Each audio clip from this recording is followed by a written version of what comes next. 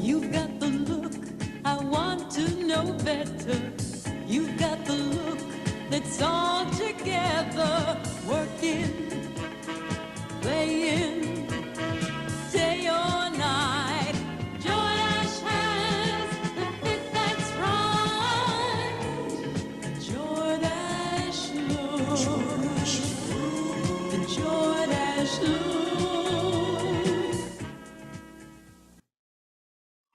The Jordache look.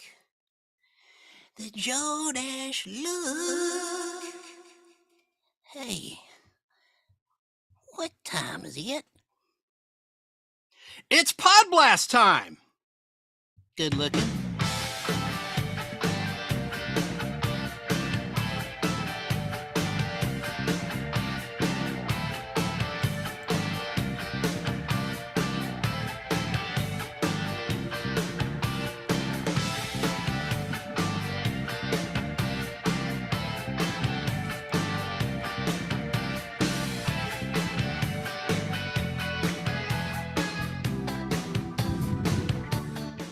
Yes, it's Podblast time once again.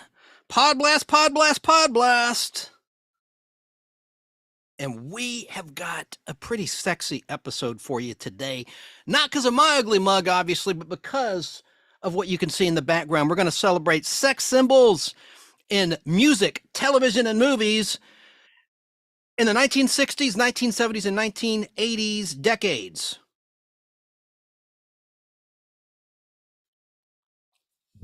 I'm so excited to bring this to you. So my question for anyone that's watching out there on YouTube Live or listening at Fistful of Radio out of Atlanta, Georgia, USA, or Apple or Google, who do you think was a total babe or a stud in the 1960s, 1970s, or the 1980s? On television, in movies, or in music? We'll get to it in a minute, but that's right, it's Podblast time. This is your weird, informative, and hopefully fun time capsule of memories of days gone by as we forge ahead together in the game of life, like the Milton Bradley board game, Life. I was more of a Monopoly man myself, but right now, we're going to be reminiscing about all aspects of nostalgia. Specifically, of course, pop culture history and life experiences that we have in common. That's what this show, The Nostalgic Podblast, is all about. This is your nostalgia show with a bite, because it bites. No. Welcome, I'm Chance Bartels, your host. No relation to Chance the Rapper or that band Milky Chance. You know, when I was a kid, the name was quite rare. I'm digressing briefly, but I remember, I'm old. I'm an old fart, as you can see. But I remember when I was a teenager, I called into the Larry King radio show, and I got on the air, and Larry King himself announced me as a caller. He goes, Hey, we got Chance in Atlanta. Hey, is that your real name? I like that name. and I'm like, yes, sir, that is my name. He had a really bad smoker's voice, but a good voice, the late great Larry King. And shortly thereafter, he named a son he had Chance. So I don't know if there's a connection there, but he had never heard that name. He goes, I've never heard that name Chance before, and I've been in broadcasting for decades. I like that name. Anyway, but I am Chance Bartels, but we have other nostalgic topics for you. If you want to be a part of the program, you can comment while we're live in the YouTube chat, or you can call in old school at 770-438-1050 if you want to talk about sex symbols of the 60s, 70s, and 80s. Also, we're going to have other nostalgic gems like the nostalgic treat of the week that you can't find anymore in most cases, but that you remember very fondly. We'll have the old-fashioned expression and the TV cliche of the week, and the usual other items to reminisce about. And also for YouTubers out there, I'm going to show you some classic Dynamite magazine covers which feature or featured sex symbols of yesteryear. Again, women and men will be represented for all in the nostalgic audience to enjoy no matter what or who you are and were into. I'll have a nice selection for you tonight. But now, before all of that, we got to begin with this.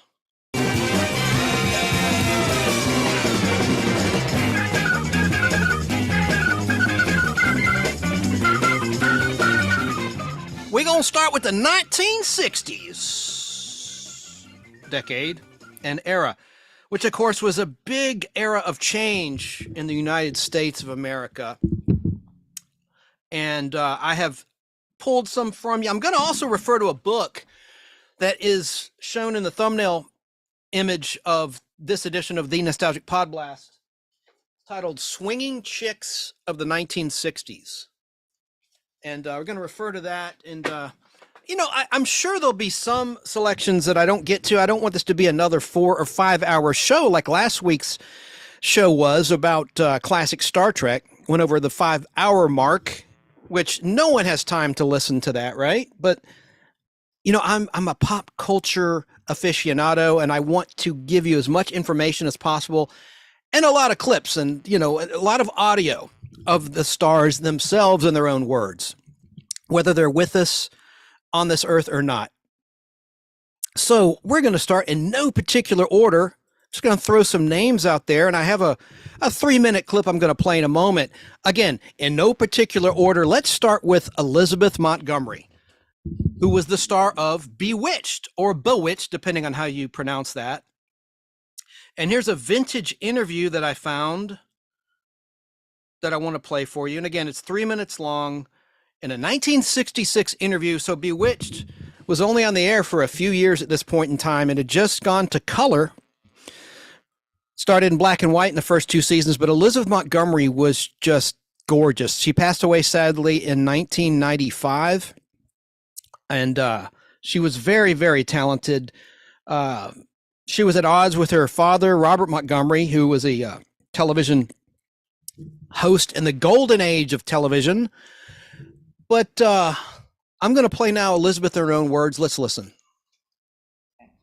Do people really who watch the show think you're a witch? Oh, yes. Yes. Serious? Well, they don't, I don't think. I kind of wish I were sometime. Because it'd be nice to get rid of all those dishes in the sink, as easily as I know you must feel the same way. But it's people are always saying, like when the Dodgers were in such terrible trouble, if anybody spotted me in the stadium, I'd hear twitch, twitch, and unfortunately, it didn't do us any good. It didn't do any good in the No, World it's very Series. tragic, isn't it? What happens when you're in a series and you want to have a child, you become pregnant? What do? They have to just rewrite the whole series? Well, luckily, when I found out that I was pregnant with our second little boy, well, I didn't know it was our second little boy when I was pregnant, but they wanted Samantha to have a baby on the show. And we didn't know whether it was going to be a boy or a girl or, What did they want on the show? Well, we didn't know until quite late, until we started working with scripts and things like that. And it just kind of worked out that I had a boy and Samantha had a girl. Well, and so we call her Tabitha. Your husband, who's Bill Asher, really Yes. does direct the show. Oh, yes, he's the regular director on the show, and he's, one of the co-producers and kind of coordinates a lot of it. Is that good, Elizabeth, having Oh, your I husband? love it. I just love it. And we have a marvelous time together. And it eliminates the 2-car problem about having, 2 cars out all the time and waiting for your husband when he's got one and you've got the other. And we work very well together. I met him working for him, as a matter of fact. Do you have any time for any activities with your children at home with your busy schedule? Well, yes, it's a little rough, and thank goodness they're young. The oldest one is just a little over 2, and the youngest one was a year old, October 5th. So they're quite a handful. That's close together. But yes, it is. But they're, the children's hours are so peculiar, and I don't think it matters as long as we have enough time to really be with them. If they're kept up a little later at night, as long as they get their sleep. So we see them every night when we come home. We're up at 5:30 in the morning, which is before they ever get up. And I hope that wasn't me. Did those lights? I think you did. You moved your nose, and I saw the lights dim. I don't want to say anything, but you are very good at darts, they tell me. Well, my husband and I play crime. Well, I'd like to challenge you if you Oh! promise not to tweak your nose while we're playing the game, okay? Okay, I No. promise. Caesar, come on. Where are they? so I'll cut the clip there. I said it was 3 minutes long, but it gets into a visual piece that would be a little bit boring to the listener where they play darts, as you heard. But Liz Montgomery, we've talked about her on this program way back in the nostalgic Podblast number nine, little Beatles reference, about I Dream of Jeannie versus Bewitched. So number 2 on my list in no particular order is, of course, Marilyn Monroe. That's all I got to say about that. Number 3 on the list, Julie Newmar, the original Adam West Batman era Catwoman. But before that, Julie Newmar was a co-star on a television show called My Living Doll. And My Living Doll aired on CBS starting on September 27th, 1964. For the first couple of months, airing on Sundays at 9 o'clock. And it was opposite Bonanza on NBC. It was a half-hour show. And then it was opposite on ABC, the Sunday Night Movie. After the first 2 months of being on the air, CBS moved My Living Doll with Julie Newmar, that's who we're talking about right now, to Wednesday nights at 8 o'clock, opposite season 2 of The Patty Duke Show on ABC, which was a popular program, and another popular show, The Virginian, a 90-minute Western in color on NBC. The black and white sitcom My Living Doll lasted for 26 episodes, one television season. Of course, this co-starring vehicle for Julie Newmar was before Batman, and Julie's first Batman episode aired on Wednesday, March 16th, 1966. Her first episode was titled The Perfect Crime, and part 2 aired the very next night on ABC on Thursday, March 17th, 1966, and that episode was titled Better Luck Next Time at 7:30 in the evening, which were episodes 19 and 20 of the 120 total Batman half-hour episodes. I want to talk a little bit about My Living Doll from my book, my TV Bible, that I mention a lot to you guys and gals. And this won't take too much time, but My Living Doll was a situation comedy, and it starred Robert Cummings as Dr. Robert McDonald and Julie Newmar as Rhoda Miller. And this comedy introduced the ultimate in male fantasy, a sexy, curvaceous female robot programmed to do anything she was told. Holy AI, Batman. Absolutely anything. AF 709 was the secret project number that designated this ultimate achievement in space-age technology, a robot that could think on its own and function like a man. Well, like a woman. Statuesque Julie Newmar played the robot. She wandered into the office of base psychiatrist Robert McDonald one day and had a pleasant chat with him. Only later did he find out that she was a robot designed by Dr. Carl Miller. When Dr. Miller was called away on assignment to Pakistan, he left the robot in Bob's care. You know, I think the episode The Lonely of The Twilight Zone might have been an inspiration for this, which starred Jack Warden as a convict who was exiled to an asteroid in space. Bob named this robot Rhoda and passed her off as Dr. Miller's niece. She moved into his home, where Bob took on the task of training her to be the perfect woman, one that only talked when spoken to and did what was asked of her. To complicate things, Bob's neighbor, Peter, fell in love with Rhoda and had to be fended off lest he discover her secret. That's kind of a spooky premise in today's times with artificial intelligence taking over. And, I don't want to say it, but holy like sex doll. Ugh, that's creepy. But that was like the season before I Dream of Jeannie, and that was the same year on television that Bewitched debuted on ABC in the 1964 to 1965 season. But when the network moved the show after the first 2 months, it killed the ratings, which has happened. I think networks have wised up now that streaming is so popular and viewers have so many options to spend their time viewing things and listening to things. They don't do that much anymore. Shift popular shows around to less desirable time slots, like on a Saturday night or Friday night when it was comfortably on a Wednesday night. But that's all I'll say about Julie Newmar. Let me hold this up for the camera. They did release episodes of My Living Doll on DVD. And like I said, it was in black and white, as I said. But that's a color publicity shot on the cover of the DVD. Sexy Julie Newmar. Now I'm going to play a clip of Julie with the other Catwomen besides Eartha Kitt. I think I have that queued up right here. And let me tell you how long this clip is. It's not too terribly long. This is on a 1992 clip. Yes, with all the Catwomen. Julie Newmar, Eartha Kitt, and Lee Merriweather in 1992, a long time ago, with Maury Povich on The Maury Show. Let's listen. So you did sizzle Julie as the first Catwoman. Well, I had something to do with making that costume. Is that right? Yes. There are a few secrets inside that costume. It's all in the seams, by the way. No, I think the secrets That wasn't remain. your question, was it? No, but but was Catwoman supposed to be sexy to start with? Was They she? hired. Was she? Ask the audience. She was a. Thank you. Sure, Maury. You didn't watch the show? But when you came along, Lee, had Catwoman changed?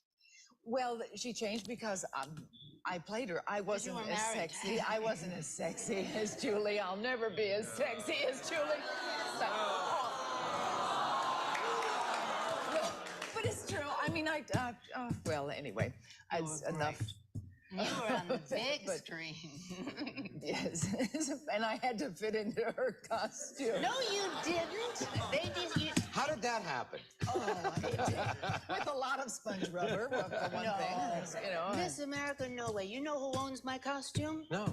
Debbie Reynolds. Is that right? Yes. She was on the has show. I didn't know that. yes. Yes. She was I here. don't think she fits it. Yes, I don't think so. I think she would even admit that. It hangs down the I'm back only here. saying that because she's about a. Why did she shorter. just buy it because the She wardrobe bought the went? collection of MGM costumes, and that was part of it. You left after 1 year. I didn't leave. They forgot where I went. Oh. I was trying to be diplomatic, Julie. Oh, you're kind. Did you want to come back for a second year? Were you doing other I things? did 6 shows, 6 hours, and it's an institution. I don't feel like an institution. Who told? I heard a story. Was it your younger brother who said you had to do Catwoman? Yes. My brother was visiting me from Harvard, and I lived in New York. L.A., New York, L.A., New York, you know. And it was the weekend, and I got this call, and they said, "Do you want to play in this Batman show?" And I said, "What?" And when he heard that, he leapt off the couch, and he grabbed me by the arm, and he pushed me out the door. He says, "Go out and do it." And we started filming on Tuesday. It became such a hit, and not only a hit, but it became camp and cultish, and very important for big Hollywood stars to play cameo roles in the series. Frank Sinatra tried to buy his way in. For instance, I heard that was a true story. No, it's I not. don't know what character he wanted to play. probably himself. He could have done it well. You had to play a character. Lee, when you came on, it was your kids, right? Oh, yes. Who finally said, as we said in the beginning, who said, "Mommy, you've now arrived." Right. Well, they just really didn't think that I was much of an actress if I couldn't be on the Batman series or a movie or whatever, anything to do with Batman. If I hadn't accomplished that, I would not. That's right. It was usually the stars' children who pushed them into it. Exactly. And I heard that from any number of stars who guested on that. on the show. So Julie was there for the first series. Then you did the movie. I did the movie. And there was a third Catwoman. And we'll talk to the fabulous Eartha Kitt when we come back after this. All right, there's a clip. Hey, I want to acknowledge the people watching on YouTube Live. Hello, Wajamin, Wajamin. Hello, Lance Chafin. I'm sorry if I mispronounce y'all's names. And yeah, I saw your message. If that clip was a little low, that's from my source. So I tried to get that audio a little bit louder, but we'll end that clip right now and get back to celebrating some of the more attractive people in pop culture history of the 1960s we're starting with right now. Let me just find the next one on the list as I jump around here awkwardly. Okay, number 4 on the list of the 1960s heartthrobs. We're starting with the ladies, and then we'll talk about some of the guys.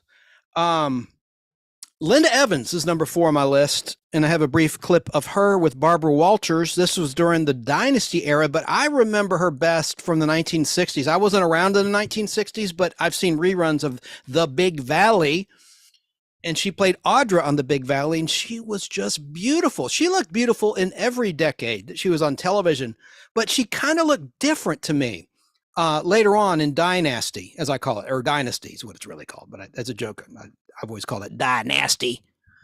But on The Big Valley, just I think it might have been the way her makeup was, because she was just about to turn 40 when Dynasty was on the air, and she turned 40. So she wasn't that old, in my opinion. But Barbara Walters in this audio clip, she's kind of making it sound like that's a midlife crisis age, which I think is unusual. But Barbara Walters was a great interviewer. I couldn't believe when she scored an interview with David Letterman in like 1992, because he was very private then and didn't do many interviews. He did a Playboy interview in 1984 in Playboy magazine and things in print, but you didn't see him being interviewed much on camera or audio. But let's listen to a little bit of Linda Evans with Barbara Walters, and they have some interesting history about her. And she was married to John Derek, Bo Derek's ex-husband, and the man who was also at one time married to Ursula Andress, who's on the list. Really, pretty much the 1960s Bond women make my list of the 1960s babes. And, you know, I'm not trying to be sexist, but let's face it, these people are in movies or were in movies and television because they are sexy. It's a business, and let's face it, sex sells. But let's listen to a little bit of Linda Evans. Linda Evans just turned 40, but for her, it's no midlife crisis. She's beautiful, she's loved, she's happy, and she's successful.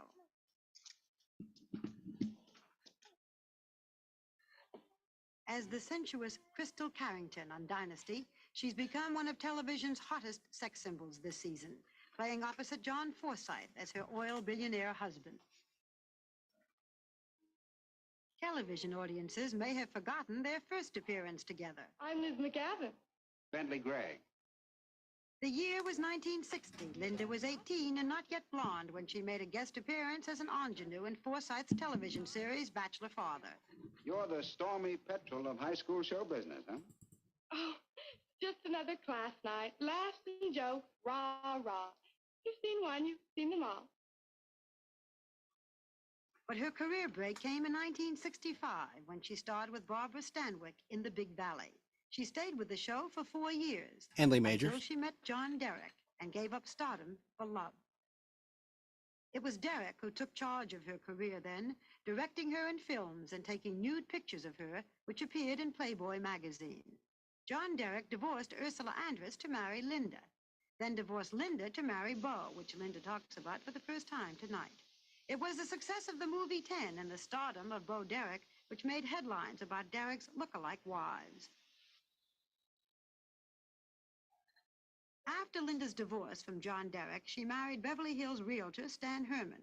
She divorced Herman in 1979, and she said it wasn't until the last couple of years of being single and the success of Dynasty that she learned who Linda Evans really is.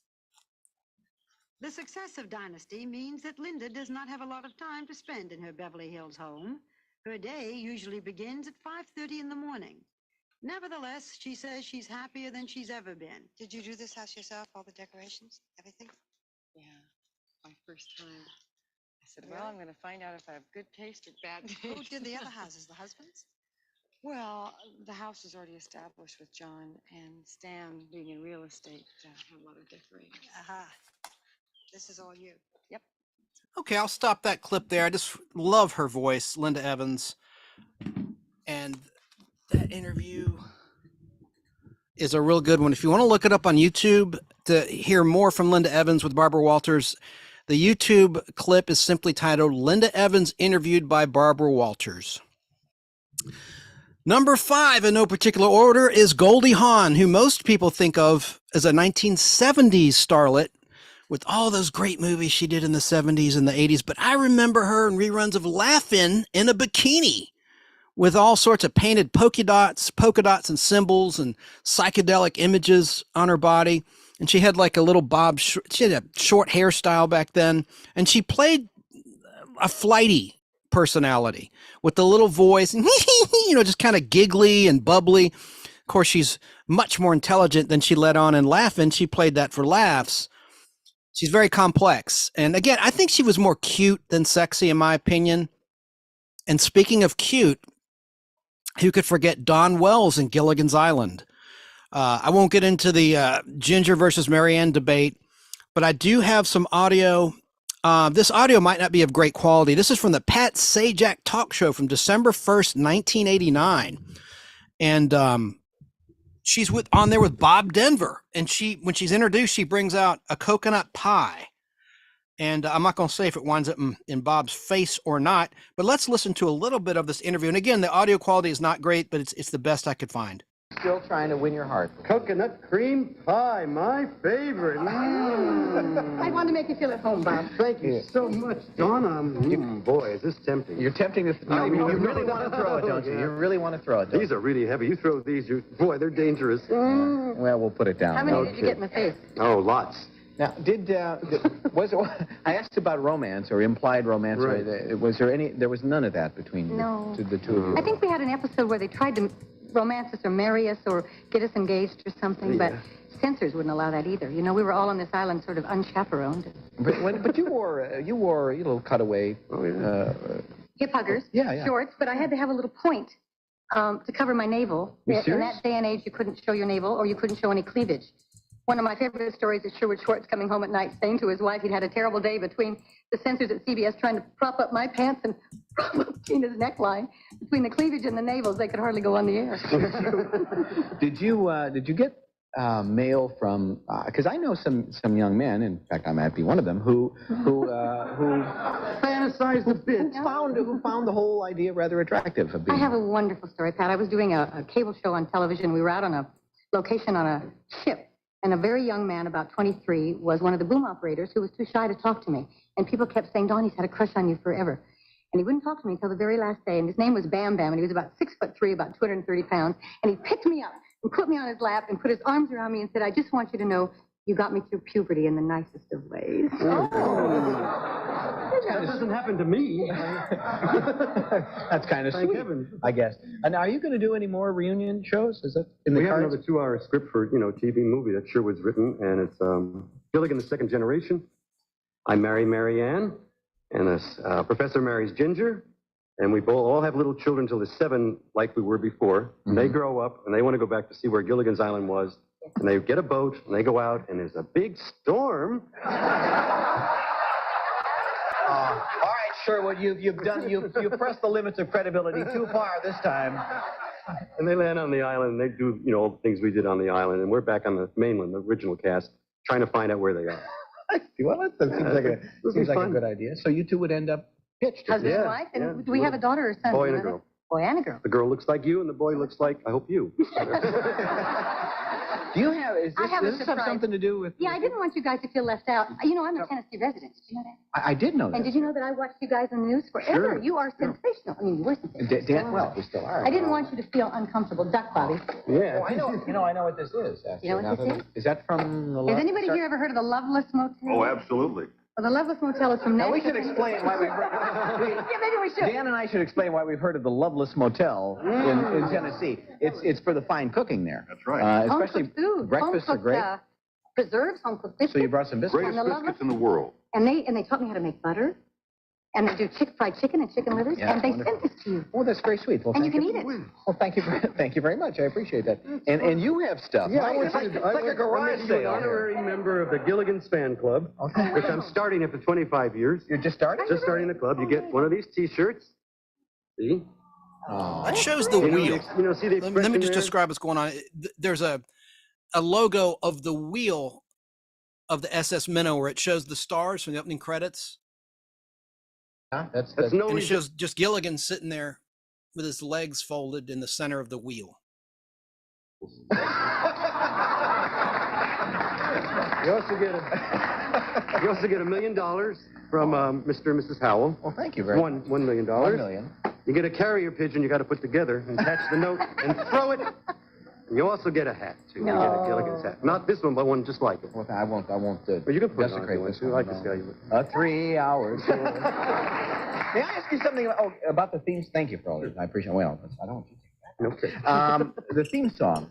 As I recall, some characters were added to the theme song without changing the song. As I remember early on, the Professor and Marianne were not included in it, and then they kind of sneaked them in. The Professor and Marianne? We were the rest.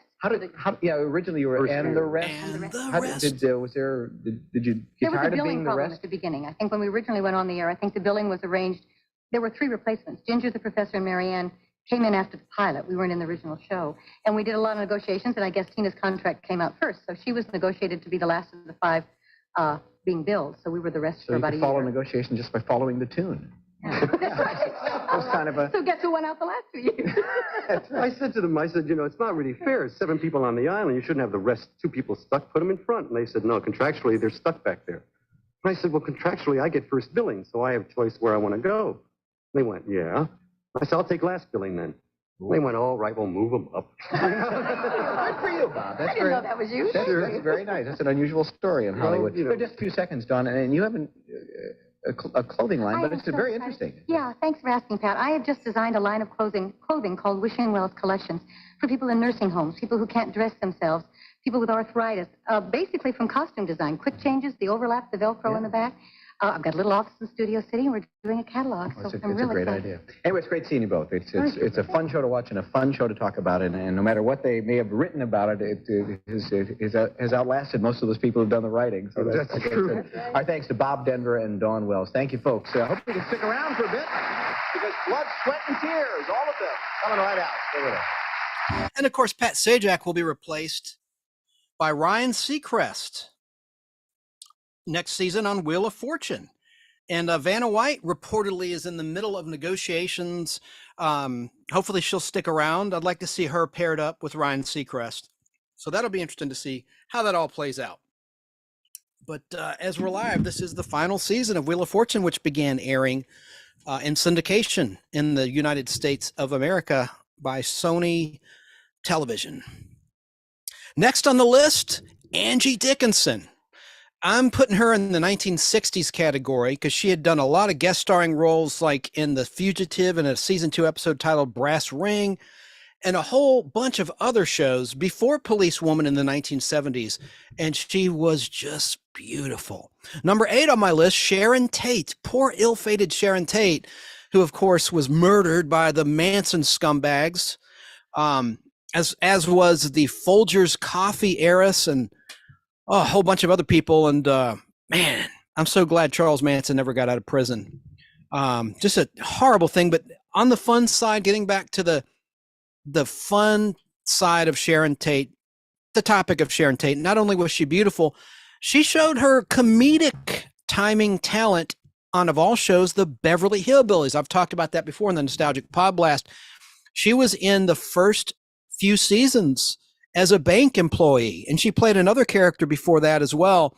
And she was in one of the Color episodes in the first Color season, which was the 1965 to 1966 television season on CBS. It was the first season it was in color, which would have been the 4th season.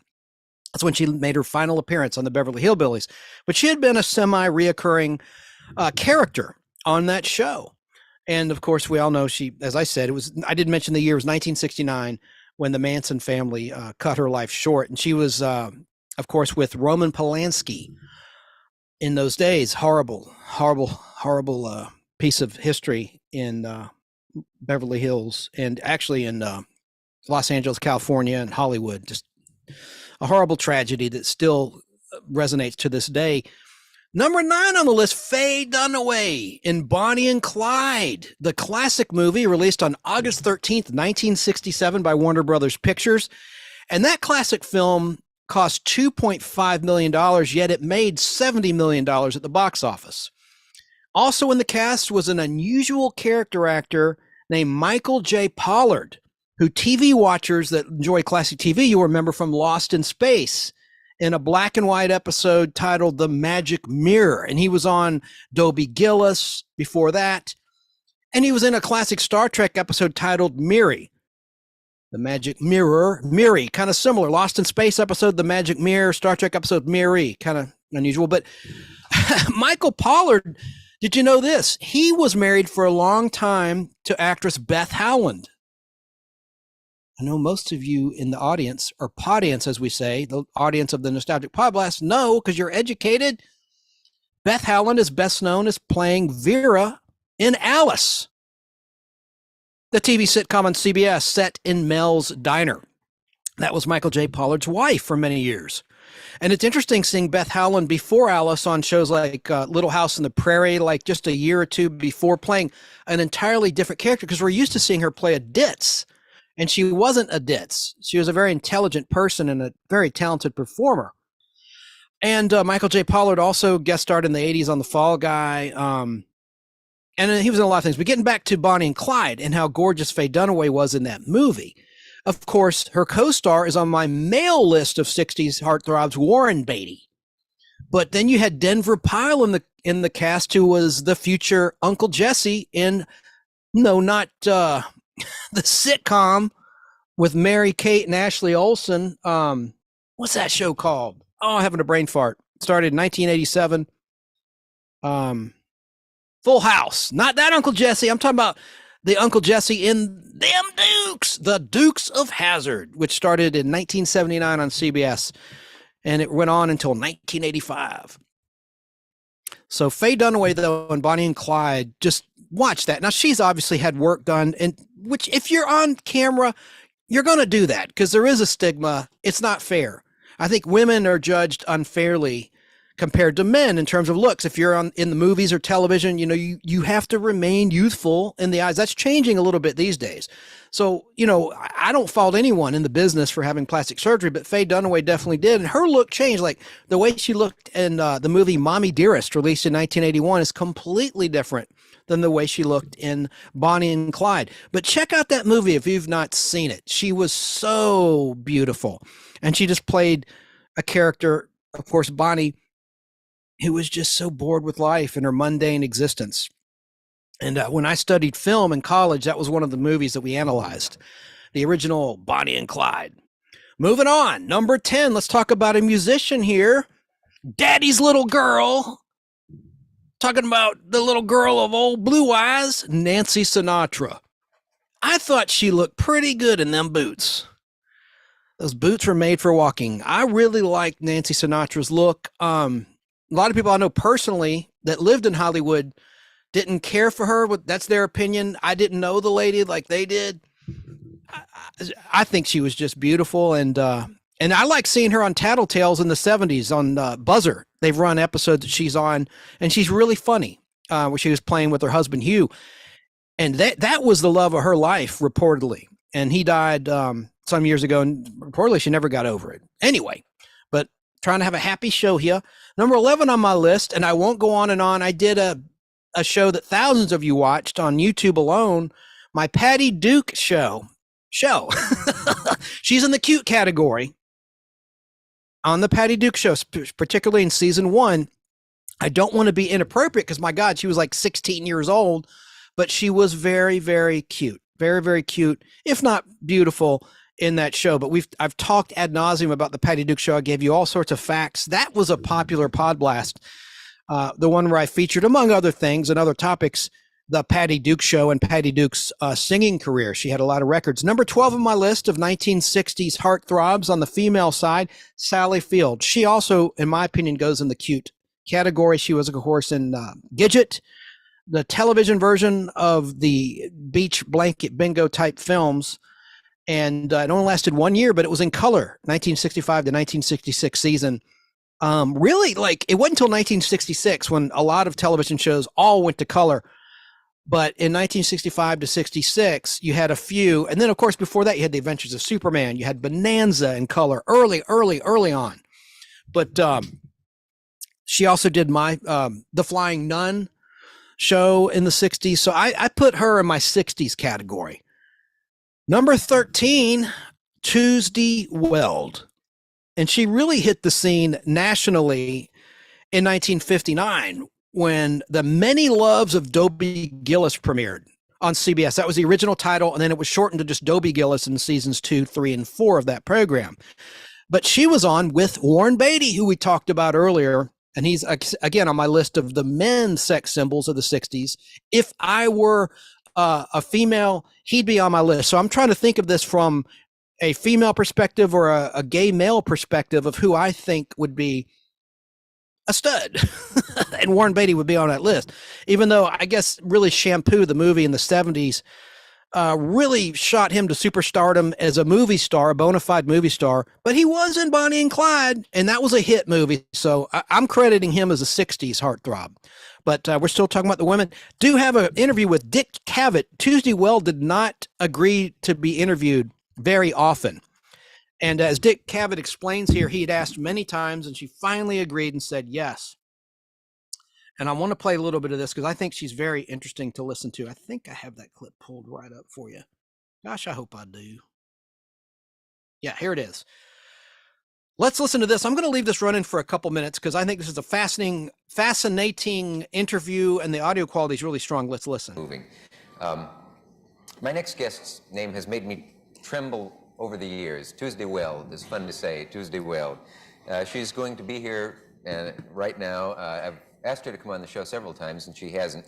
And she finally said that she would come on. I know that she's been the goddess of many people's fantasies over the years, even though she is not very old. And she said that there's only one stipulation, that I could ask her anything I wanted, as long as it was personal, which I think is funny. Will you welcome, please, Tuesday Weld.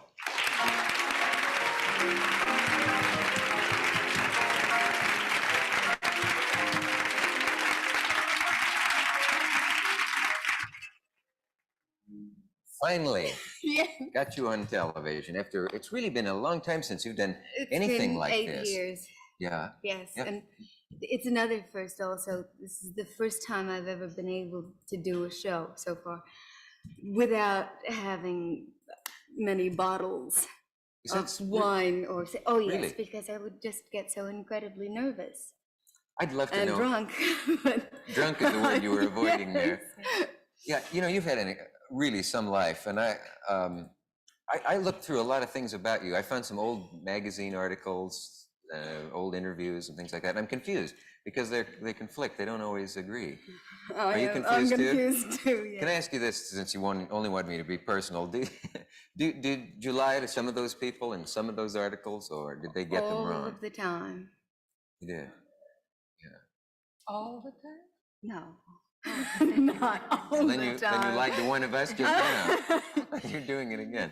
No, I have a problem with interviews, which is I hate to say the same thing over again. Mm-hmm. And you're usually asked the same questions, pertinent questions about what movie or what, you know.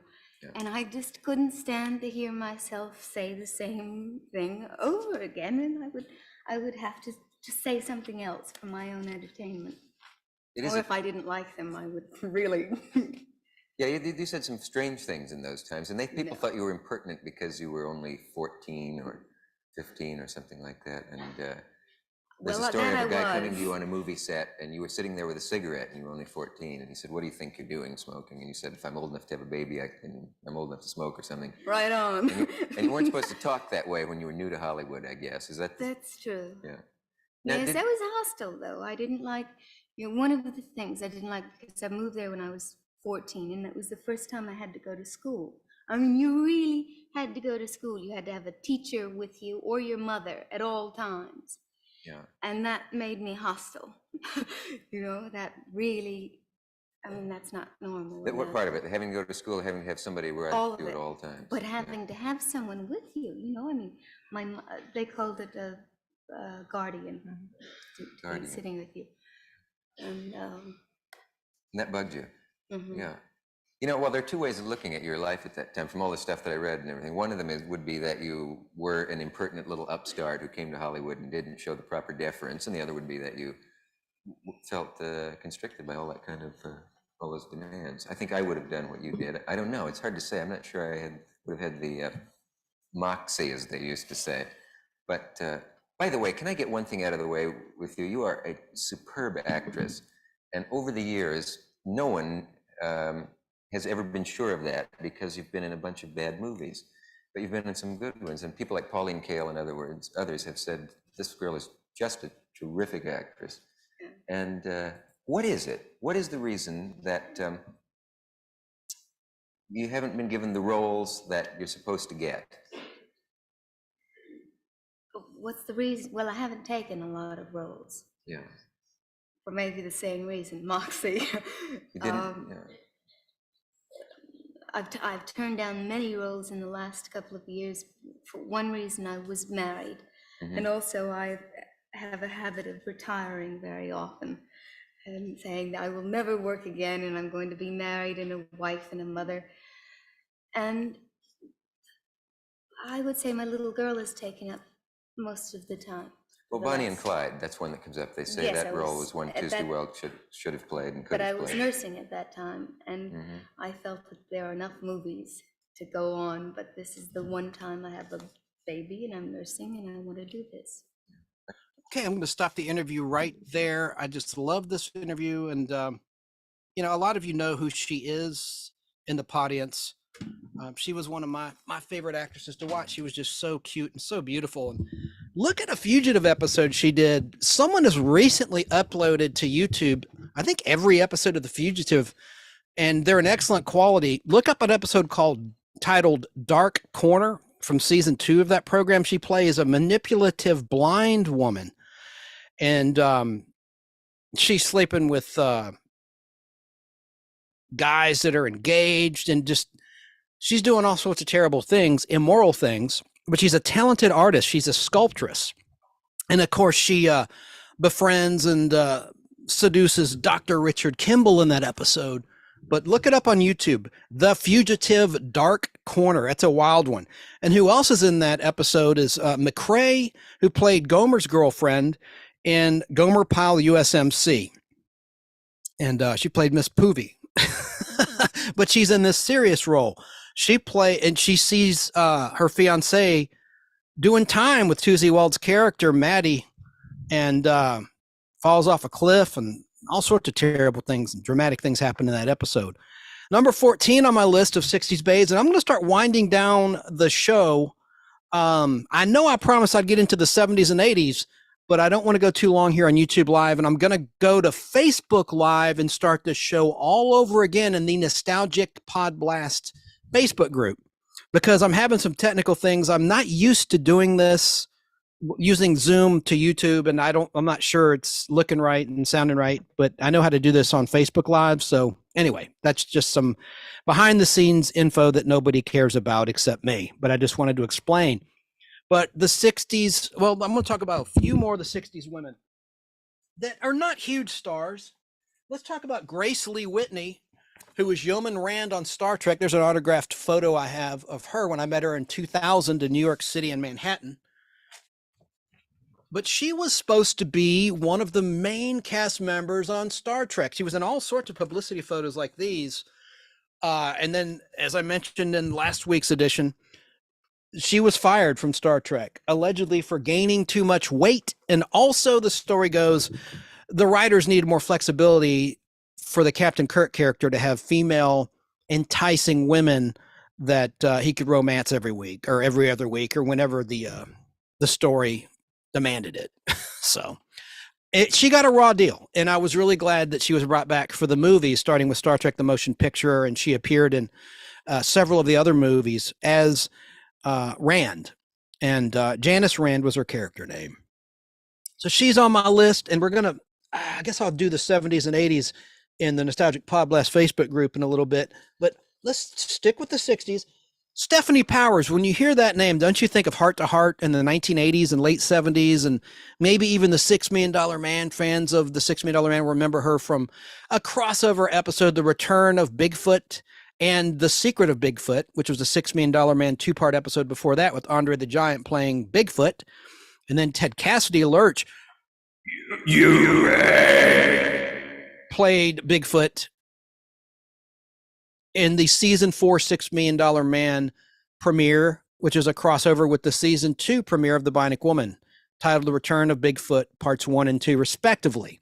And that had her, but she was the girl from U.N.C.L.E. in the 60s before that, which was a spinoff of, obviously, The Man from U.N.C.L.E.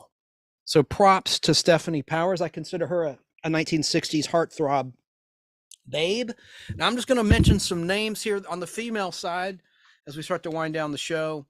And these are my choices. So the model Twiggy, I thought she was a little too thin, but she deserves a mention. She was a very popular model back in the 60s. Oh man, Edie Sedgwick. Let's see. Juliet Prowse, who I think of as someone from the 70s. Of course, Tina Louise, Ginger. Grace Slick. Oh yeah, Grace Slick. She was from Jefferson Airplane and then later Jefferson Starship. Michelle Phillips. Oh, she was a babe as well. There's some on my list here. You've got to be kidding when you say Janis Joplin. Was she talented? Absolutely. And tragic, but come on, man. She's not a babe. No way. Joey Heatherton. Yep. Cher. Yeah, I think of her as a 70s. She's on my 70s list. Elke Summer, absolutely. Sophia Loren, yes. And again, I think of her from the 1950s, but yeah, 60s as well. Italian superstar, starlet. Audrey Hepburn. Also on my list would be, in the background, you see a picture of a beautiful face behind my name. That is Catherine Von Schell, otherwise known as Catherine Schell, and she was in a 1960s Bond movie titled On Her Majesty's Secret Service, which gets panned because it had, as the James Bond character, the Australian actor George Lazenby, who everyone says was the worst James Bond. That actually had a really good story, and Diana Rigg was the Bond girl in that film as well, along with Catherine Von Schell. Now, Catherine Von Schell, later in the 70s, played Maya on Space 1999, a show I talk about ad nauseum here on the Podblast, probably too much for most people's liking. But in the 60s, she was one of Blofeld's gals in Blofeld's hideout in a scene in that film. And it was one of the only Bond films set at Christmas time, by the way. And it has a great soundtrack by John Barry.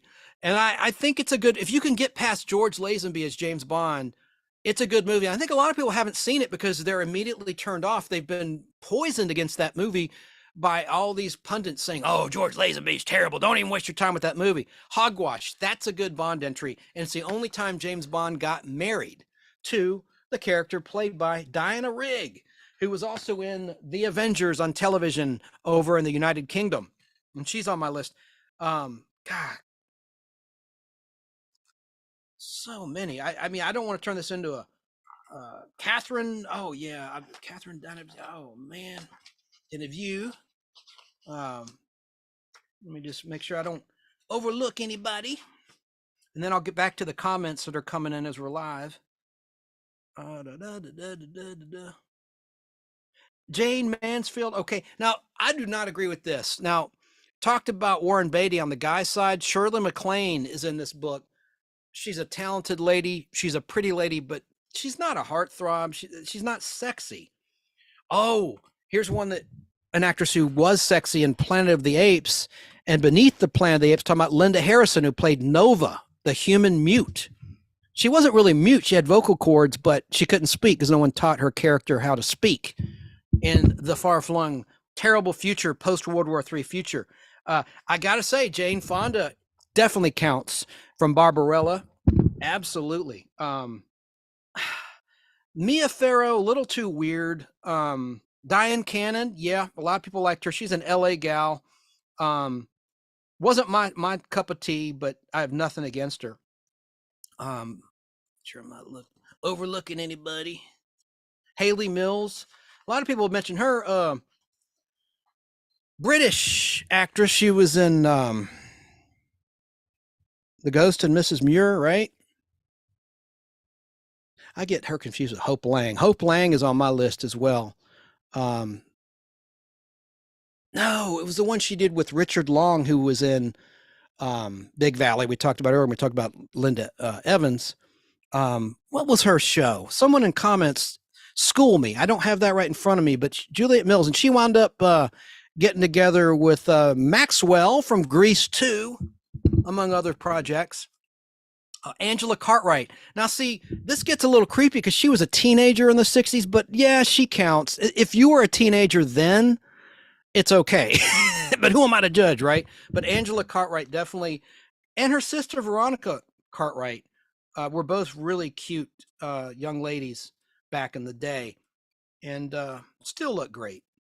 Nichelle Nichols, absolutely. Uhura on Star Trek, total babe. She counts. And I'm not trying to have this all, Caucasian. There's certainly, and I mentioned Eartha Kitt. I should have mentioned her. I played audio of her, but Eartha Kitt was sexy as hell. The third Catwoman in the Adam West incarnation of Batman. Mary Tyler Moore, a lot of people have mentioned. She had awesome legs. Was it Richard Diamond Detective starring David Jansen? They showed her legs prominently in that show, if I'm not mistaken. And I could be mistaken. It was an early show on television. I want to say it was that one. And then, hey, I like Julie Summers, and I have an update before I sign off about Julie Summers. Someone wrote me and commented and told me about something I'd never seen she did that's on YouTube, and it is phenomenal, her acting. Let me just scroll on down. It's a show called Thriller. I did mention when I went down through her IMDb list, International Movie Database list, in the Podblast, where I was talking about how she sent me autographed items I'd mailed to her, asking her to graciously please sign. And I said, keep a comic book. I sent her 2. I said, please sign one and send one back. And then I included postage and everything for her time and trouble. But I saw this thanks to, I want to get John McCollum. Thank you, sir. He told me about this very spooky British TV show. And it was an anthology show, Thriller, not to be confused with the American show hosted by Boris Karloff in 1960 to 1962, the hour-long anthology. This was like a 45, it was over an hour in length, minus commercials. They have a different advertising clock in the UK. And it was distributed by, at the beginning of the Podblast, you hear the classic ITC logo drum roll. They're the ones that put the show out, but it was on ITV in the United Kingdom. There were only 43 episodes of the show. It was a crime mystery drama. And in this episode, she was in the episode titled, I'm the Girl He Wants to Kill. And I won't give it away. It's awesome. You've got to look it up on YouTube. But look, the best quality version in print was posted about 3 months ago as we're live. Here's the title on YouTube, Thriller, I'm the Girl He Wants to Kill. I'm just going to play just a couple moments of that before I sign off. I got to get to the 40-minute mark on my clip machine. I just love her voice.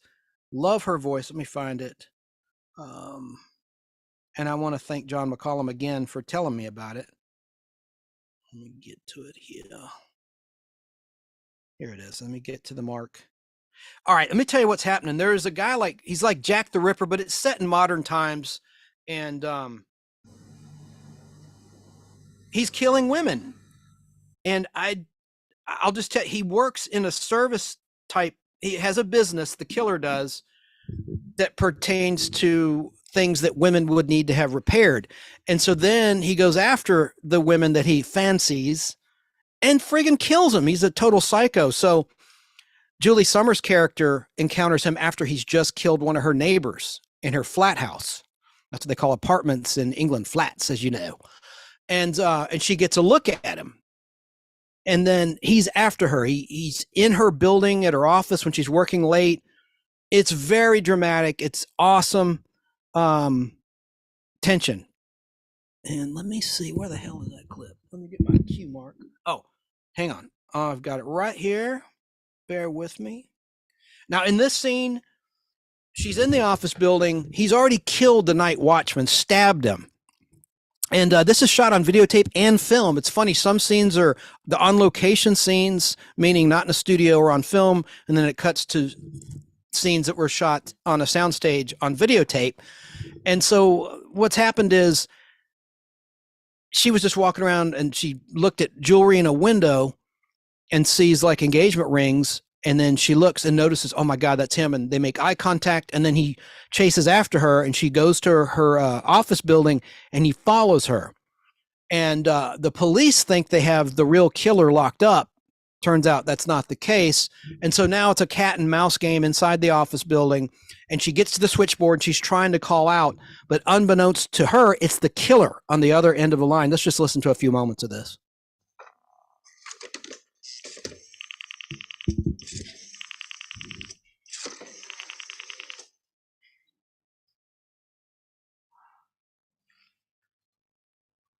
Yes. Put me through to the police, please. Hurry. One moment.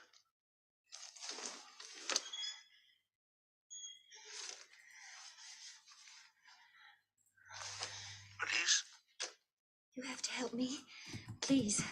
Your name, miss? Ann Rogers. What's the trouble? There's a man. He's a killer. Where are you, miss? I'm in the Parker building. I know that, but exactly where in the Parker building? Which office are you in? I'm in Mr. Parker's office on the 12th. You knew I was in the Parker building.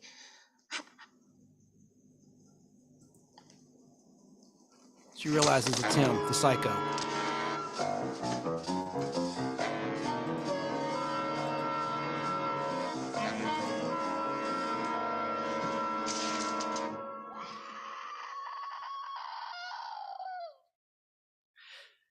It's been established that this window is soundproof and can't be opened. Okay, I'll cut the clip because it's pretty visual. But it's a great little an hour of your time, and it's great to watch on a television. The quality's excellent. It's the one that was posted by, here's the YouTube channel, OBIWaz, like OB-Waz, like Obi-Wan Kenobi, I guess, but it's OB-Waz, OBIWAZZ. And hey, everybody in chat, I don't have the StreamYard to put your comment on the screen. I'm sorry. I'm primitive by design. I want this to look like a show that's done on a 1980s camcorder. I want this to be totally retro. But hang on, I'll get with you in a minute. I'm about to sign off anyway. Thanks. Some comments came in I'm going to read, but people are complimenting all my stuff in the background. I was going to hold it up close and personal, and I still might later. But let me see here where I am in my list of things I wanted to chat with y'all about. Okay, another little update, and we'll get back to the starlet to the 60s. And I want to talk about some of the dudes. To be fair, I'll just start now with some of the dudes, the hunks of 1960s pop culture. Got to go with William Shatner, Captain Kirk himself. If I were a lady, I would think he was a pretty good-looking man. He's on my list, of course. Sean Connery, hello, the James Bond. That's one of the 1960s studs. The Saint, his successor after Lazenby, Roger Moore. Roger Moore would be one on my list of 1960s. Elvis Presley in his 60s movies. I know he hit the scene in the 50s, but gotta go with Elvis Presley on the ladies' side of 1960s heartthrobs. There's a Dynamite magazine. I have a whole collection of these magazines. I'm going to show you on camera. Who else did I pull from the 60s? Well, let me know in comments. I know there's some ladies in the comments right now. Let me get to that. But before, I want to do a quick update last week on the Nostalgic Podblast, we celebrated the anniversary of the debut of Star Trek. And even though that show was over 5 hours long, I did not have time to cover everything. And here's one such little bit of Star Trek trivia that I wanted to cover. Did you know, and a lot of you do know this, there were lyrics to the original Star Trek theme song? Pretty bad lyrics, and it was sneaky by Gene Roddenberry to do that. He did it to make money, of course, to be able, and he didn't, the composer of the Star Trek theme song, Alexander Courage, did not even know about this. Let me play a little bit of the original theme without William Shatner's Captain Kirk voiceover and narration.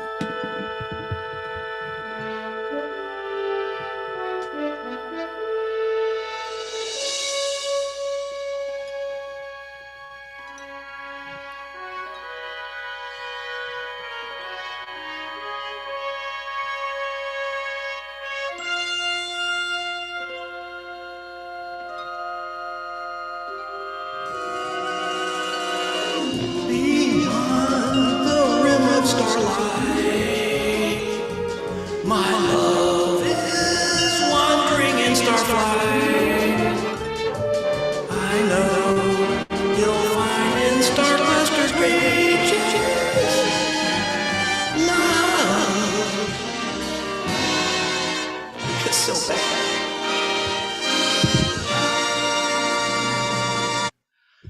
I should have pulled the end title theme because I had to condense it. I'll just read these to you. The lyrics by Gene Roddenberry, the creator of Star Trek, are as follows. Beyond the rim of starlight, my love is wandering in starflight. I know he'll find in star-clustered reaches love. Strange love, a star woman teaches. I know his journey ends never. These are awkward lyrics. His Star Trek will go on forever. Just tell him while he wanders his starry sea, remember, oh, remember me. I can't sing, folks, obviously. So those are the lyrics. And as I said, without Alexander Courage's knowledge, Gene Roddenberry wrote those lyrics to the theme, not in the expectation that they would ever be sung or wind up in the aired version of the opening credits, but in order to claim a 50% share of the music performance's royalties. Although there was never any litigation in court, Alexander Courage, who scored that music, later commented that he considered Roddenberry's conduct unethical. Gene Roddenberry was quoted as responding, quote, "Hey, I have to get some money somewhere. I'm sure not going to get it out of the profits of Star Trek," unquote. That was before the movies, before the merchandising. It wasn't until syndication and reruns that Star Trek became profitable. Because as we talked about last time, hell, in the third season, it was in 75th place in the ratings, thanks to the network scheduling it at 10 p.m. on Friday night in that last year and moving it in the second year to Friday night. Friday night is a terrible night for a show that's geared at young people. There's other things to do. There's football games, high school football. There's movies that are released on Friday, date night, pizza with your date, trying to get a little something. So it was just a bad night to move that show. Network interference is the worst.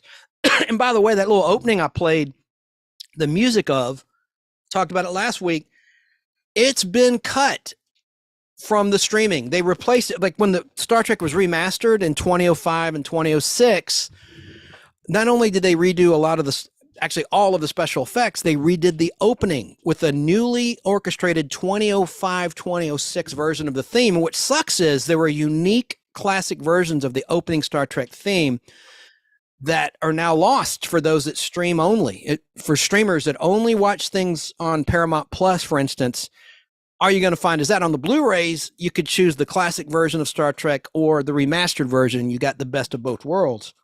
So anyway, that's my little Star Trek update as we start to wind down the show. I want to show you something I found in storage. I forgot I made. This looks, hopefully it'll show up good on the camera.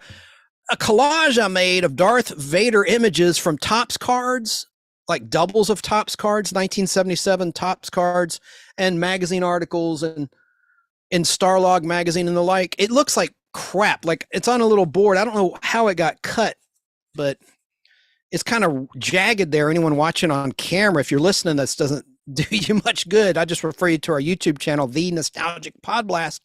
That's our YouTube channel. But listeners at Fistful of Radio out of Atlanta, or Apple Podcast, or Google Podcast, you won't know what the hell I'm talking about. Dun, dun, dun, dun, dun, dun, dun, dun. There you go. Let's try to have a little audio accompaniment, but I don't know if it's too shiny, but I made that. It kind of looks like crap, I know. Definitely before Photoshop, folks. Primitive, just like the video quality of this show. This is more of an audio show than a video show. Now, one other bit I want to get to. We've covered the 60s pretty good in terms of the females, and I scratched the surface on the male sex symbols of the 1960s. I want to talk, I'm going to flash forward to something. This is an exclusive of the Nostalgic Podblast. When I interviewed Heather Thomas and that poster, I'm going to play some audio of the interview with her. She gave a stat that the internet does not corroborate simply because the data is not there. And I believe her. Her poster is the #1 selling poster of all time. The pink bikini hot tub poster, but the internet claims Farrah Fawcett holds the record. Now, I love Farrah Fawcett. I have no dog in this hunt, but I believe Heather Thomas. I'm going to play where she makes that claim, and I totally believe her because she and her people had access to the sales figures. For some reason, I'm not saying it's a conspiracy. I'm just saying for some reason, the sales figures of Heather Thomas's poster, which was everywhere in the 80s, are not on the internet. No website. I've searched, but I have books that do tell me that it beat Farrah's record, as well as Heather Thomas herself here on this show, the Nostalgic Podblast. Let me try to find that clip. I had it right there. This is my proof. This is my source, the source herself. And now the Farrah poster, of course, in the red one-piece bathing suit is completely iconic. It's a part of pop culture lore. Got it. And I got the clip. So again, this is not an attack on Farrah Fawcett, who passed away sadly the same day Michael Jackson did in 2009, in June of 2009. Man, not at all. Oh shit, I just went right past it. Hang on, folks. Fans ask you to autograph. Is that true? Yeah. Hang on. This is Heather Thomas herself. She, for those that don't know, she played Jodie Banks for 5 seasons on The Fall Guy in the 1980s, between 1981 and 1986. She's done movies. And then she settled down. She no longer, for a long time, for decades, had no desire, reportedly, to act. She did other things like raise a daughter and enjoy married life. Let me get this here. I'm gonna get right on it. All right. Oh shit, I was right on it, folks. Sorry about the language there. All right, we got it right here, I think. All right, listen. That was Dar Robinson's last movie, by the way. Speaking of stuntmen, God, so sad. Anyway, let's see. So I hate my voice. Now, like Farrah Fawcett, you of course had a hot-selling wall poster that made people in Generation X adore during puberty. I'd imagine that's the #1 item that fans ask you to autograph. Is that true? Yes. I thought so. That's just it's a classic poster. I had it. My friends had it. Do you know the numbers? Like, it's the highest selling in history. I know he's broken number. Woo! So you beat the Farrah poster. Holy, wow, that's cool. Oh, here's a question about that poster from another fan of yours named John Kelly. He asks, Heather, how many pictures did the photographer take for your pink bikini poster, and who decides which shot is the one? I do with my manager, and there were a lot of outtakes that are all floating around. People are selling those now. Yeah, and of course ones that show her nipples, and they're very revealing, like see-through, like basically like a wet t-shirt, if you will, but she's in the pink bikini. They're out there, but that's the main one. I believe her. She has no reason to fabricate that. So that's a pretty cool little stat. So I'm setting the record straight. That's what this show does. There's so much history being rewritten, just like with classic television shows. Why is it okay to butcher a classic TV show for either home video or reruns in terms of cutting scenes out? And I understand it's a business, and shows were longer in content without the commercials back in the 60s, 70s, and 80s. So I understand for things that aren't streaming, that are on traditional television like MeTV, things have to be edited. That's a given. But I don't understand why it's okay to just strip incidental music from shows like The Fugitive and just replace it with new junk because they don't want to pay a royalty or they can't identify who the original composer was for studio music. That's discrimination. They don't do that with movies. Why is it okay to butcher a television show, but not a movie? Now, the only butchering of movies is when you see a movie on broadcast TV and they crunch the end credits and you can't read the names of the people. And streaming does that too. That really irritates me when a show on Disney Plus, like a Marvel show, like a Hawkeye, I'm trying to read the names of the crew and it'll prompt you to watch another show. And I hope they fix it or come up with a button you can press where you can watch the full end credits. Now, Paramount, I'm not picking on Disney Plus. Paramount Plus does that. Netflix does that. It prompts you to see something else that is related to what you just watched, and you can't see the credits. So that's a pisser when that happens. Now, let me see if any comments came in. And we're going to pivot to the 1970s real briefly. I'm just going to give you a preview. I'm going to do another live stream on the 70s. I've gone longer than I wanted to, and I'm going to jump on in the Facebook group, The Nostalgic Podblast, and do this whole thing from the top. Well, I'm going to cut this short on YouTube Live. 70s, here's a preview of 70s babes. On the female side, Raquel Welch, Karen Valentine from Reuben 222, Tony Tennille from The Captain and Tennille, Olivia Newton-John. Hell yeah, I was a huge fan of Olivia Newton-John, saw her in concert several times.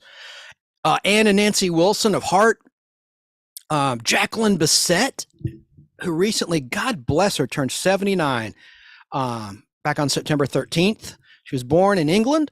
Catherine Bach, Daisy Duke and the Dukes of Hazzard, Linda Carter, Wonder Woman, Lindsay Wagner, the Bionic Woman. She's lifting a car in the background, anyone that's watching, and so many more. And I won't even, well, in the 80s, I'll give you a sneak peek on Cassandra Peterson. You know who she is? She's Elvira, Mistress of the Dark. They made pinball machines with her likeness, all sorts of merchandise. She has her own production company called Queen Bee Productions. What do you think of when you hear Elvira, Mistress of the Dark? You think beehive and boobs, right? That's Elvira. And I have clips I had pulled, but I've got to cut this a little short. Let me, like me, I'm short. I want to thank everybody for tuning in to the Nostalgic Podblast YouTube Live. I usually don't do YouTube Live. I usually go live on Facebook, and then I post it immediately after on YouTube. It's just how I roll. But I want to thank y'all for, I'm in Atlanta, Georgia, for watching. And I'm going to do a little sweep of the comments. I'm just trying to get my theme ready because I'm picking to sign off. And let me see what y'all had to say. Zapped was great. Absolutely. Talking about Heather Thomas. Hey, Waj, W-A-J. Amen. Waj Amen. A-M-I-N. That's how he spells his last name. Yes, Zapped. And I have a film print of that with perfect color, R-rated version on 2 reels on reel-to-reel 16mm film. And I have all of the Fall Guys on 16mm film. A lot of longtime viewers of the Nostalgic Podblast know that. But it took me decades to find these. It cost me on average $35 per episode. And then most of them have Fuji color, meaning the color is low fade. And so the color is still nice. I'm totally digressing here, but Eastman Kodak film prints fade quicker than Fuji color, and they will turn pink, and they just don't maintain their color very long, unlike Fuji color prints. Thankfully, most of my Fall Guys are Fuji color prints, but my Zap print is LPP low fade, perfect color. I got that back in 1995 out of a dealer in the Big Reel magazine named Tom Hudgens, who is no longer with us. He passed away some years ago. I want to say hey to Glenn 2K12. He said harsh, bro. Oh, no. K-pop junkie. She has an awesome YouTube channel, KPOP_JUNKI. She goes live all the time. Sweet lady. And I'm glad I found her on YouTube. Let me see here. Yeah, I'm jumping all over. Yeah, Glenn, check out the Star Trek. I did that last week. I think you'll like it. But dude, I'm warning you, it's 5 hours long, but it's because of clips. I have awesome audio, the original cast from 1976. It's mainly the clips. It's not me sitting here like a freak going on and on coffee like I'm coked up. It's the clips. I mean, one clip, which I broke up, was 45 minutes long in itself from 1976 with James Doohan, the actor who played Scotty, and DeForest Kelley, Dr. McCoy, and Walter Koenig, who's still with us, knock on wood, who played Pavel Chekhov. And I have a comic book thing I want to show. Explain. This is so bizarre. I had a graded comic book case spontaneously combust, crack, and explode. I didn't witness it. I didn't hear it, but I've bought tons of copies of this book, Incredible Hulk issue 254, which is the first appearance of the UFOs, because I'm a huge fan of these characters. And it's become a buyer's market, so things were really cheap. And so I scooped these up. There's a 9.8, if you can see on camera. Well, let me show you. I don't know if I should show this, but I have 4 9.6 CGC copies of this book. One is a newsstand with the UPC symbol. This is a direct edition, my 9.8. It's the only 9.8 I have, which is the highest grade to date that CGC has done of that book. But one of my 9.6 direct copies just exploded. Let me get it for the camera. This is crazy. Have you ever had that? Any comic book people out there, have you had that happen? God, and I didn't do anything to it. I kept it stored in a drawer in a climate controlled room very carefully. Nothing happened when I wasn't drinking. A crazy ex didn't take a hammer to it that I'm aware of or anything. What the hell is it? Yeah, and so here's the ones that are not damaged. Well, I'll get to that. Let me stay on point. All right, here's the smashed one. I was gonna do a group photo for a great Facebook group, Marvel Comics 1961 to 1986. That's the group. It's got 30,000 members in there, and I'm in there. And so I was just showing how obsessed I am with this comic. Look at the friggin' damage. I don't want to touch it, so I'm going to resubmit it to CGC for $20 to be recased. So I don't want to touch it. I didn't take the book out, but there's plastic Jesus, Lord in heaven. Hang on a second. I'm afraid I'm going to F this thing up. I'm going to fuck it up. Excuse my French. I mean, look, I don't know what the hell happened. It's a mystery. I mean, I did not improperly store this book at all. That's the damnedest thing. Look here.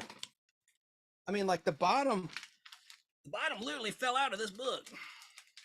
Freaking crazy. Yeah, it was a good call. Glenn says, yeah, it was a good call not to use the Star Trek lyrics. LOL. I know. I'm gonna leave this out. That's what she said. I'm gonna leave this out for the Facebook audience members. And but there's the others I have. See, I don't even want to touch them. These are the ones that are fine. 9.6, 9.6, 9.6. So yeah, don't cry for me, Argentina, right? I mean, I already have several other 9.6s, but only one is a newsstand edition with the UPC barcode. Can you hear me? I'm getting away from the mic. But I don't know how that one got spontaneously combusted. I mean, damn, have you had that happen to you? I'm being real careful with these books. Sounds like I'm slamming them down, doesn't it? But I just wanted to mention that. Boo-hoo, right? It's like you got so many copies of that book. Let me look at the comments. It's Rex Manning Day. Hey, girl. And I guess you can see the comments. Hell, I forget. I'm only on YouTube at the moment, so y'all can see the comments. I don't need to repeat them. I'm dying from a 2-hour stream in homeless pirate gear and amped up on energy drinks. It happens. That's right. I go long too. I know she did a great, again, it's K-pop _JUNKI. I'm sorry I don't have the StreamYard to put it on the screen. And she did a great like late night pop up with a bunch of different characters popping in. I tried to pop in, but there was a delay. I don't know why the tech was all screwed up between my board and the StreamYard software. It must be something at my end. I got to figure that out. I couldn't hear her or the other dudes in the panel, and I was trying to communicate with her. But that's a great YouTube channel. You should subscribe to it. Kpop_junkie. And she has a lot of cool guests in the comic book field, a lot of up and comers and established artists and writers. And it's a lot of fun. So she does a great job. Love Zapped. Yep. She's the one that brought Zapped up. Oh no, Glenn did. Heather Thomas was in Zapped. Yep. Harsh Bro. Oh, my singing's what she probably talked about there. Connery too. Yes, sir. Shatner's great. Man, I appreciate y'all tuning in. It's been about the 90-minute mark. So I'm going to sign off and start all over again and get into my 70s and 80s picks for my Facebook peeps. Again, I know it's weird how I do it, because if you had StreamYard, boom, it would be simultaneous. It'd be YouTube and Facebook, obviously. But I want this to look like an old VHS camcorder. That's why it's not even HD. But hopefully you can see everything clear enough.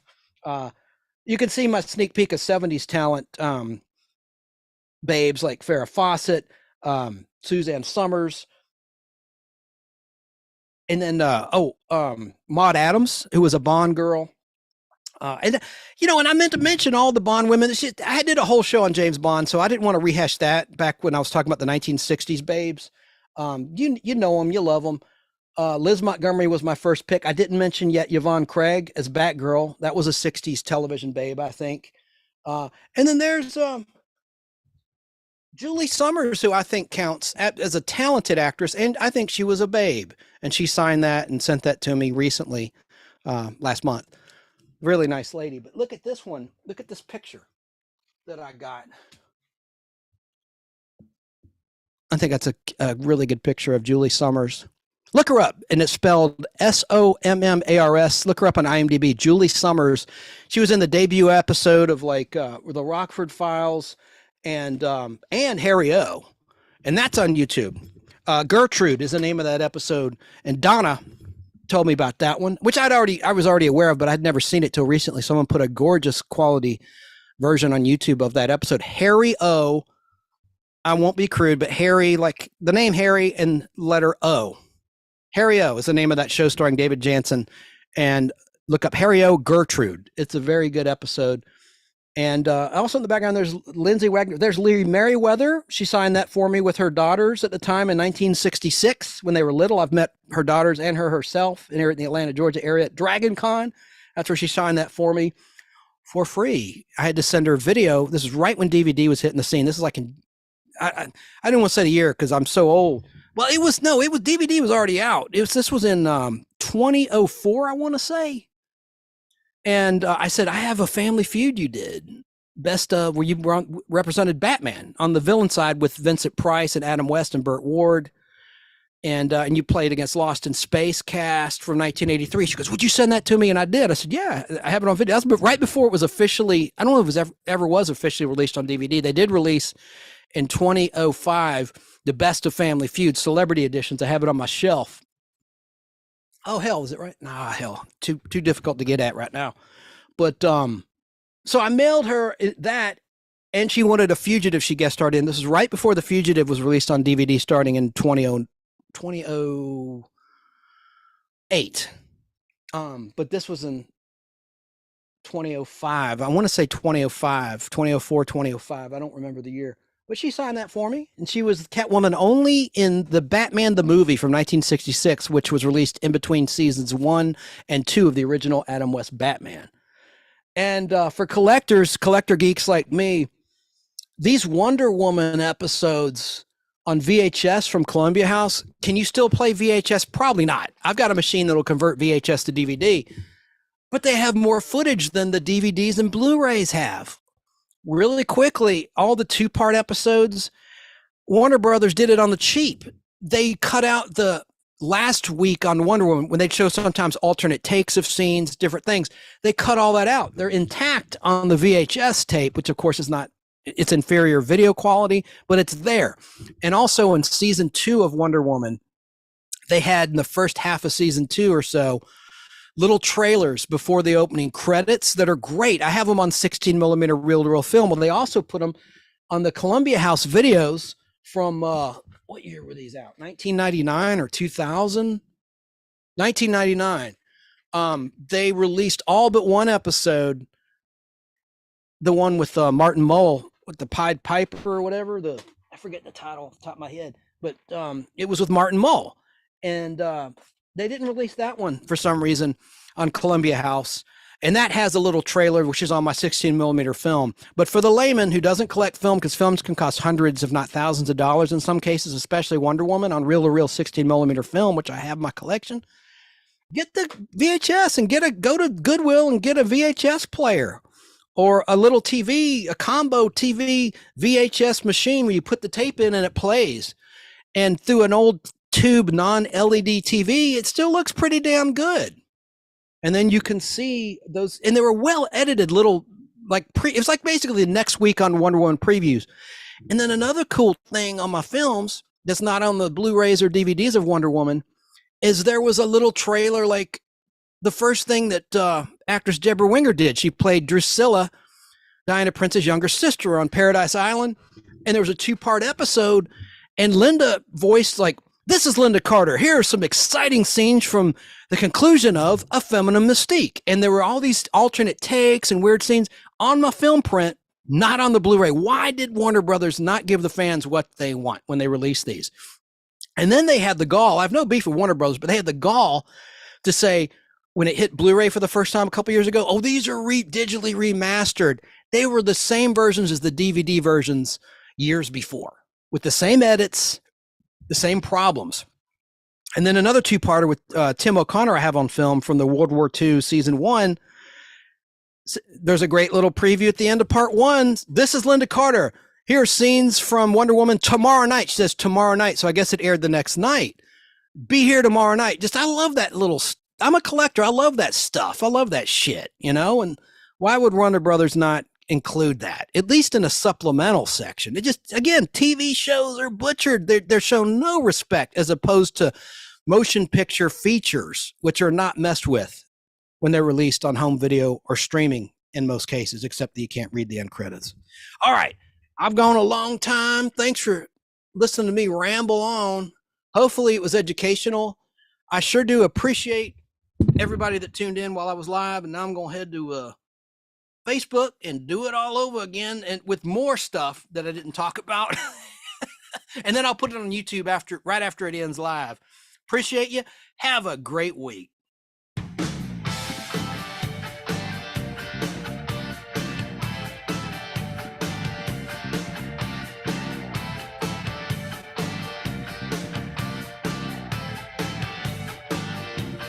Thank you, Wiser Man.